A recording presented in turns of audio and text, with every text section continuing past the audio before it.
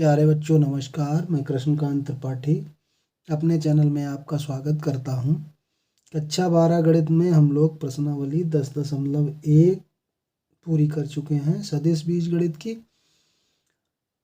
प्रश्नावली 10.2 को शुरू करने से पहले उसका इंट्रो जान लेते हैं, उसका परिचय कर लेते हैं। अभी तक आपने अगर मेरे चैनल को सब्सक्राइब नहीं किया है उससे पहले तो सब्सक्राइब कर लीजिए, वीडियो को लाइक कर दीजिए। देखते हैं, इसमें सबसे पहले हम लोग देखेंगे सदिशों का योगफल। सदिशों के बारे में हम लोग जान चुके हैं कि किसी सदिश को के परिमाण को एक रेखा द्वारा दिखाया जाता है। उसका एक प्रारंभिक बिंदु होता है, एक अंतिम बिंदु होता है और उसमें दिशा दे दी जाती है तो वह सदिश बन जाता है। मान लो ये एक सदिश है और एक दूसरा सदिश है जिसकी दिशा ये है। इसको हम ए वेक्टर मान लेते हैं, इसको बी वेक्टर मान लेते हैं। इन दोनों को जोड़ना है तो पहले सदिश का प्रारंभिक बिंदु ये हुआ, ये अंतिम बिंदु हुआ और दूसरे सदिश का प्रारंभिक बिंदु और अंतिम बिंदु ये हुआ। तो यहाँ से चले हैं हम लोग, ए से चले बी तक और बी से चले सी तक। अगर मान लो ये कोई बंदा है जो ए से बी तक विस्थापन करता है, फिर बी से सी तक विस्थापन करता है, तो टोटल विस्थापन कितना हुआ ए सी।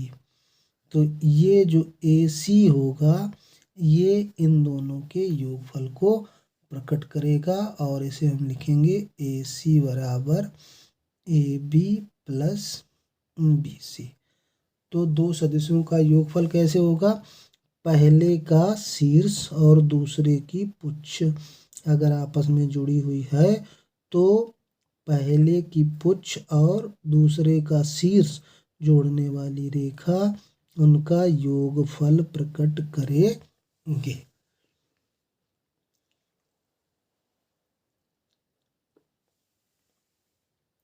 इसी तरह से अगर ये वेक्टर ए है और एक वेक्टर बी है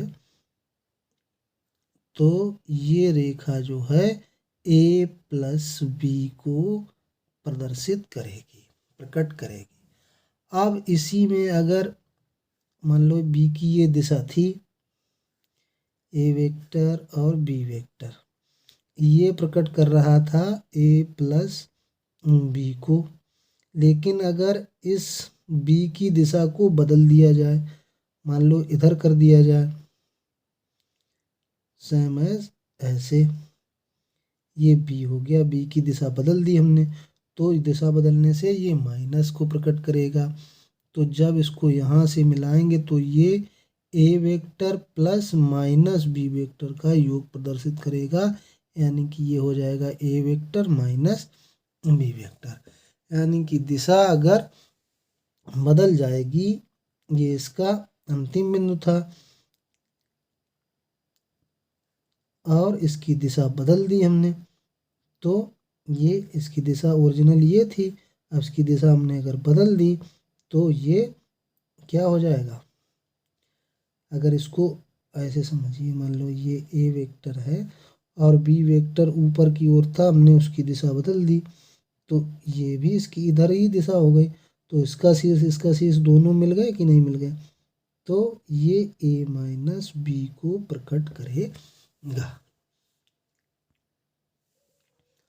अब एक सदिश के घटक के बारे में पढ़ते हैं। ये सदिश ओ ए, इसकी दिशा ये है, ये ओ बी, ये ओ सी। मान लो तीन बिंदुओं द्वारा प्रदर्शित होते हैं, ए 1 0 0, बी का 0 1 0 और सी का 0 0 1। ये एक्स अक्ष, ये वाई अक्ष, ये जेड अक्ष। एक्स अक्ष पे है तो एक्स का निर्देशांक ले लिया, वाई अक्ष पे है तो वाई का निर्देशांक और एक्स और जेड के 0 हो गए। जेड अक्ष पे है तो एक्स वाई के 0 हो गए और जेड का 1 हो गया।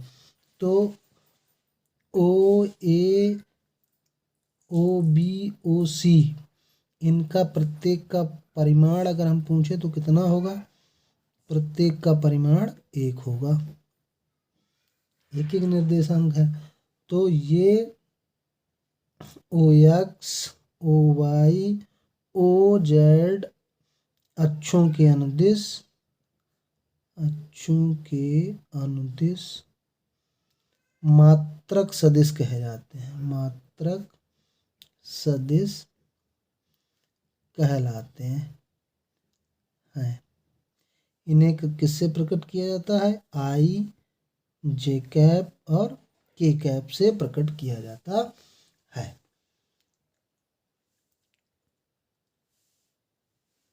अब मान लेते हैं तीनों अक्षों में कोई सदिश स्थित सदिश है, पी का स्थित सदिश जिसके निर्देशांक है पी के x y z, x y z निर्देशांक है और ये आर वेक्टर द्वारा प्रदर्शित होता है। तो इसे हम लोग कैसे लिखते हैं? एक्स और उसकी दिशा में एकक सदिश या मात्रक सदिश plus Y into J cap plus Z into K cap, इसे ओपी वेक्टर या आर वेक्टर कहते हैं। इसका मापांक जब हम ज्ञात करेंगे, मापांक, तो ओपी वेक्टर इसे मॉड में बंद करेंगे और कैसे ज्ञात करेंगे?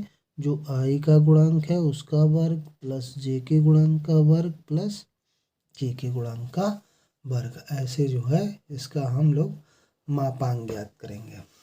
अब अगर सदिश इस रूप में दिए हों तो उनका योग कैसे ज्ञात करेंगे? मान लेते हैं कोई वेक्टर ए है जो a1i plus a2j plus a3k के द्वारा प्रदर्शित होता है, और एक वेक्टर b है जो b1i cap plus b2j cap plus b3k cap के द्वारा प्रदर्शित होता है।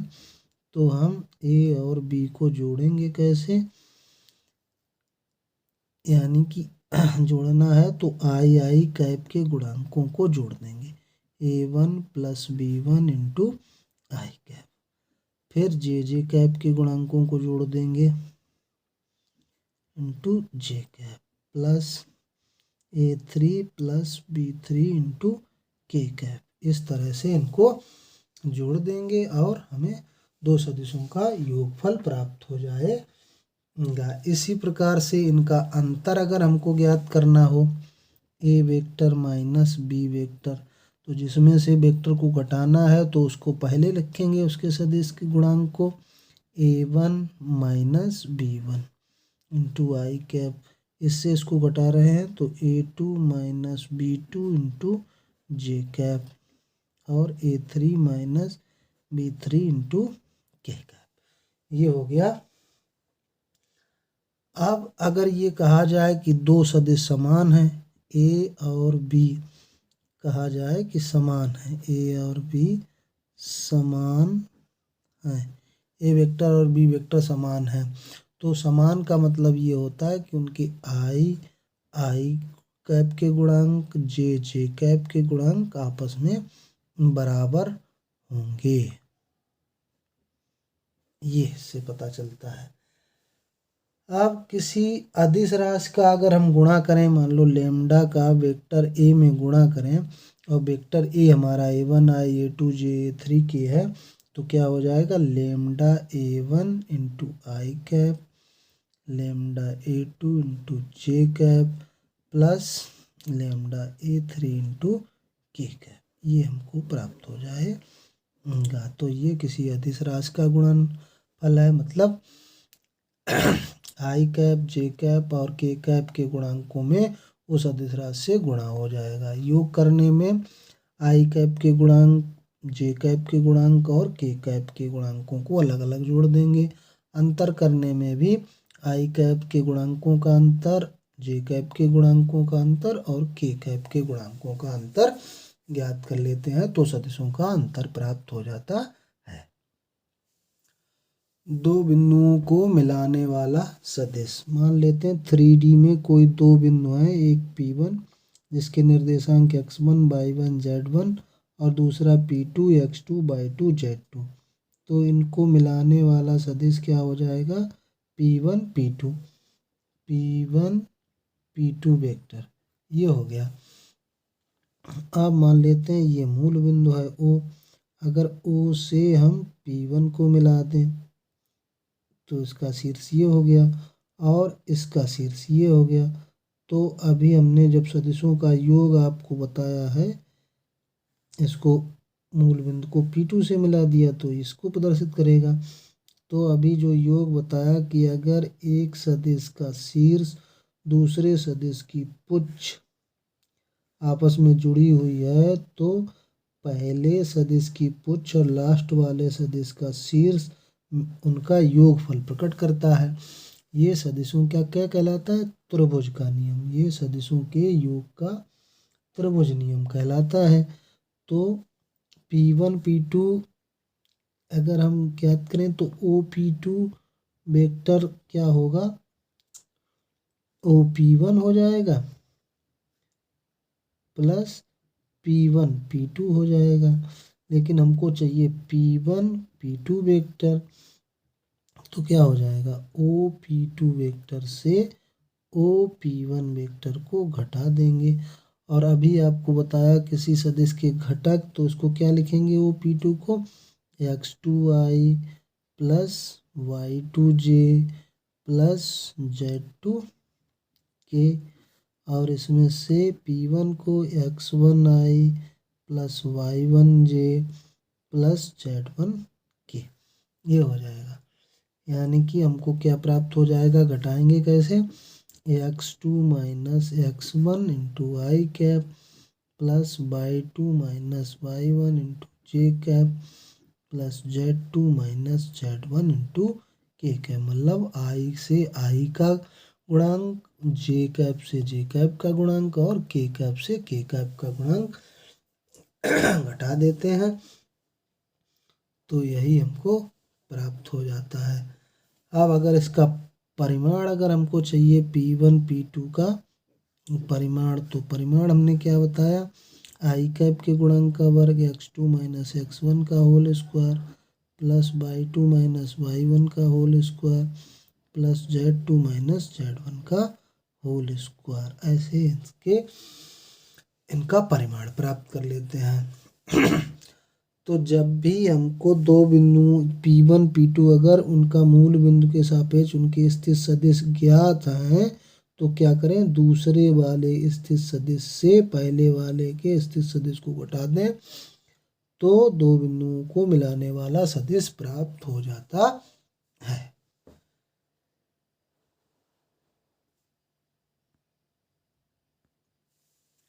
अब देखते हैं खंड सूत्र।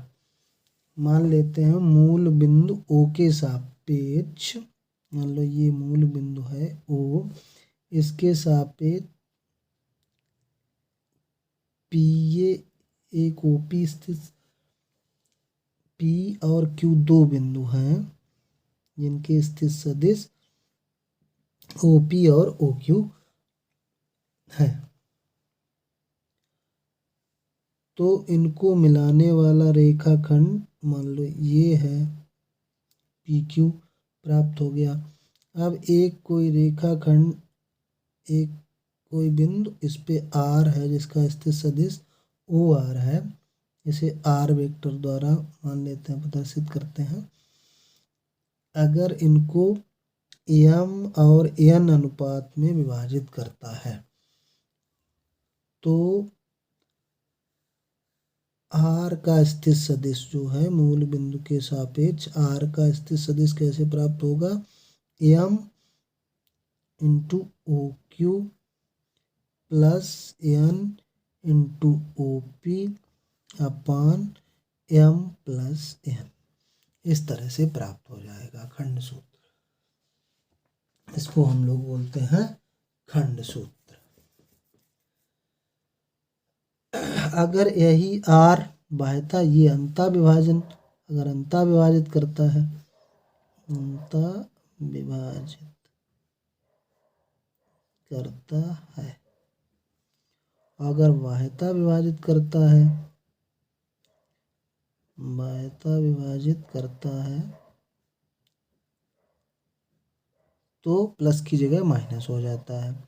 m into O Q vector minus n into O P vector upon m minus n, तो ये हमको प्राप्त हो जाता है।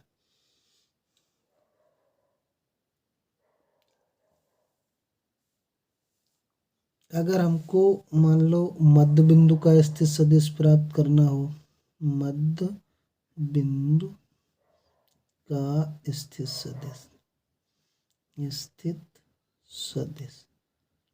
स्थित सदिश अगर हमको प्राप्त करना हो तो क्या होगा, m और n का अनुपात क्या होगा, 1:1 में विभाजित करेगा तभी तो r मध्य बिंदु होगा।